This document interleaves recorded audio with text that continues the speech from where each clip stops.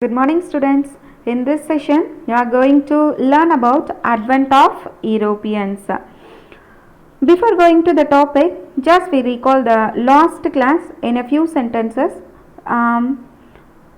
Do you remember that children? What are the kinds of sources?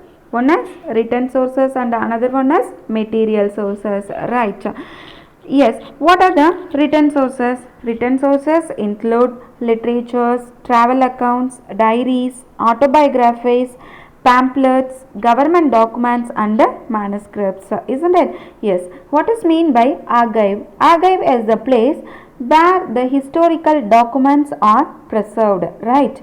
And it's located, which means NAI is located in New Delhi, and it's one of the largest archive in Asia, isn't it? Who was the father of NAI? NAI, which means National Archive of India, right? Yes. Who was the father of NAI? George William Forrest. George William Forrest was the father of NAI, isn't it? And one more thing is TNA. Do you remember the abbreviation of TNA? TNA means Tamil Nadu Archive, right? Yes, it's located in Chennai and it's one of the oldest and largest document repositories in South India. Yes, let's we move on today's topic, that is material sources. What is that? Material sources. Yes, the first source is painting and statues. Many paintings and statues are the primary sources of modern Indian history. Modern Indian history. It's give us information on the achievement of national leaders and the historical personalities. Historical buildings. Next one is historical buildings. It's like St. Francis Church at Cochin, St. Louis Fort at Pondicherry, George Fort at Madras, David Fort at Kadalur, isn't it? Yes. And then India Gate, Parliament House, President House in New Delhi are the proof of different styles and techniques of Indian architecture. And another valuable sources of religious and cultural history are collected and preserved in the museum. The National Museum in Delhi is the largest museum in India, and it was established in 1949. 1949. Yes. Coins. The next one is coins. Next one is coins.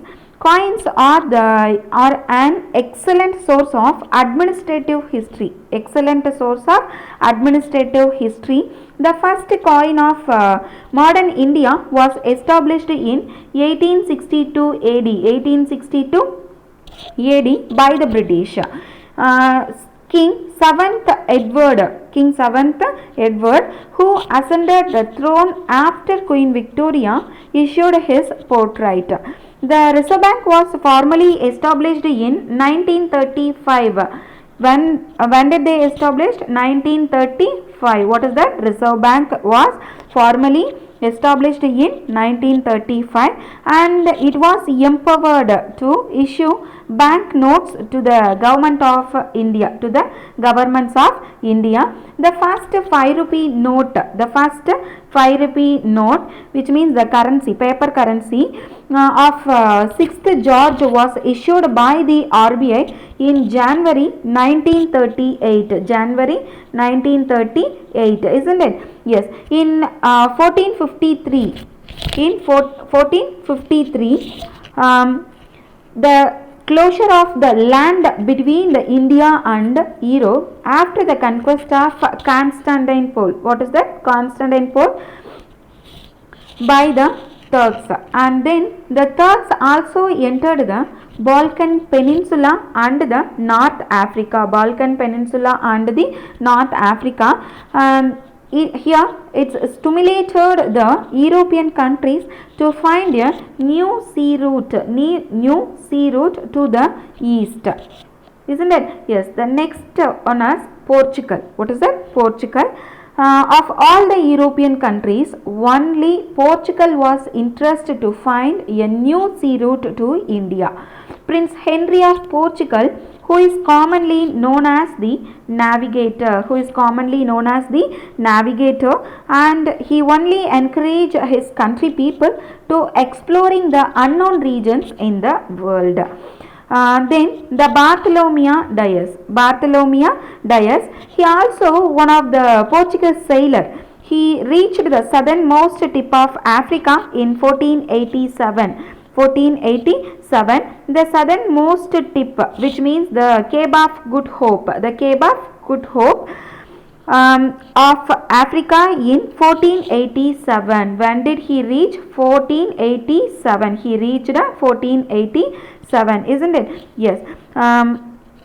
The southernmost tip is called Cape of Good Hope. Already I told you. Here, King John II supported Bartholomew Dias. King John II supported Bartholomew Dias. The next important person is Vasco da Gama. Vasco da Gama reached the southernmost tip of South Africa, and he continued his journey from there in the sense of the southern tip, isn't it? Southern tip to Mozambique, isn't it? Later, with the help of Indian sailor, he reached Calicut in 1498 CE. 1498 CE, isn't it? Yes. Then the Vasco da Gama was greeted by King Samarin.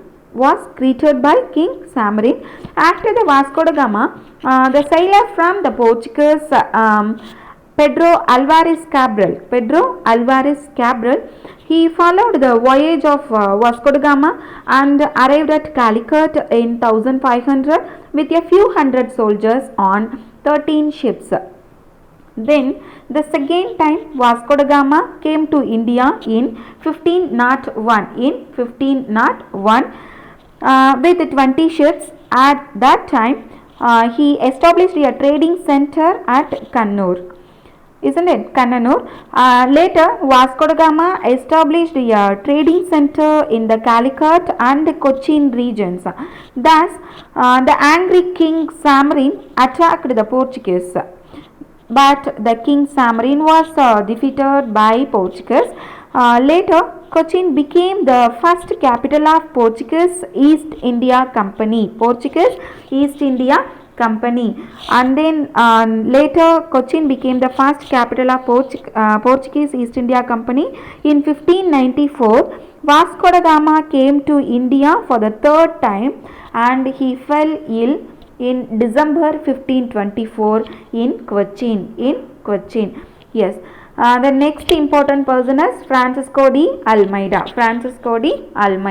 He was the first governor of India to be sent to the Portuguese territories in 1505. Almeida's aim was to strengthen the Portuguese fleet in India.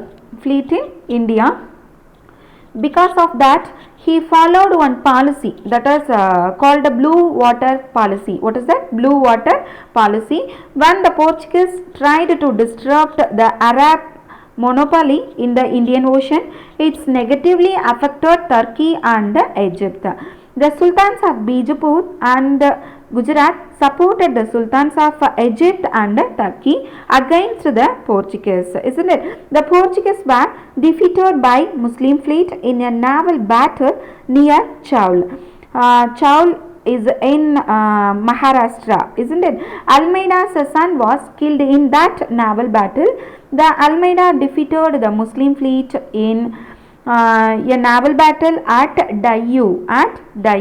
Then in 1509, the Portuguese demanded the naval management in Asia. Yes. The next personality is Alfonso de Albuquerque.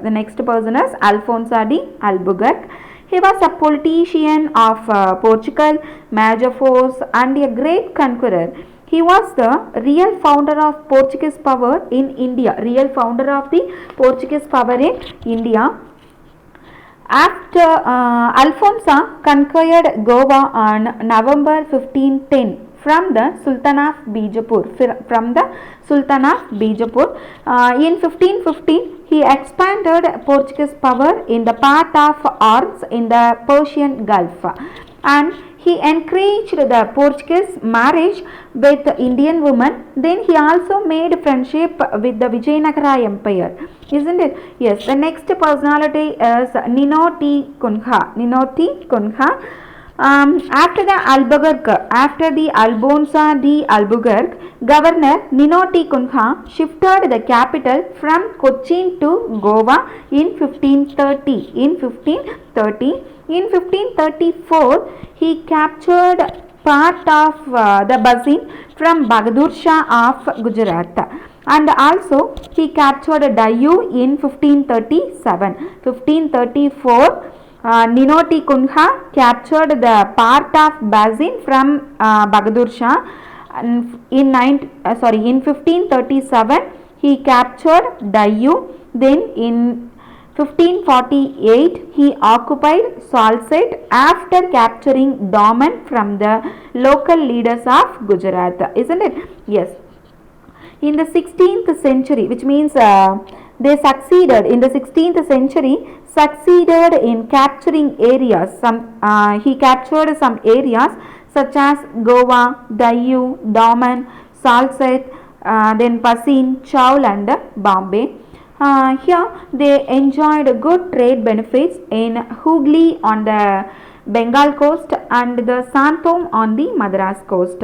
The Portuguese people only brought the cultivation of tobacco in India. Only brought the cultivation of tobacco to India. Due to their, which means the Portuguese influence, Catholic religion spread in some places on India's western and eastern coast. In 1556, the printing press was set up by the Portuguese at Goa. 1556, the printing press was set up by the Portuguese at Goa. Because of this, European writer was printed the book Indian Medical Plants. What is that? Indian Medical Plants at Goa in 1563. In 1563 at Goa. What is the name of that book? Indian Medical Plants. Indian Medical Plants, isn't it? Yes. In the 17th century, the Portuguese power to decline to the Dutch, isn't it? Yes. In today's topic, you heard some places in India. See the map, that is Goa, Chaul, Dayu and Daman, Bazin, Cochin, Kannanur, Calicut, then Hooghly. What is that? Hooghly, isn't it? Yes, that and all. Today we discussed about Portuguese, those who are entered in India, isn't it? Yes. In the next class we will discuss about Dutch people. Thank you.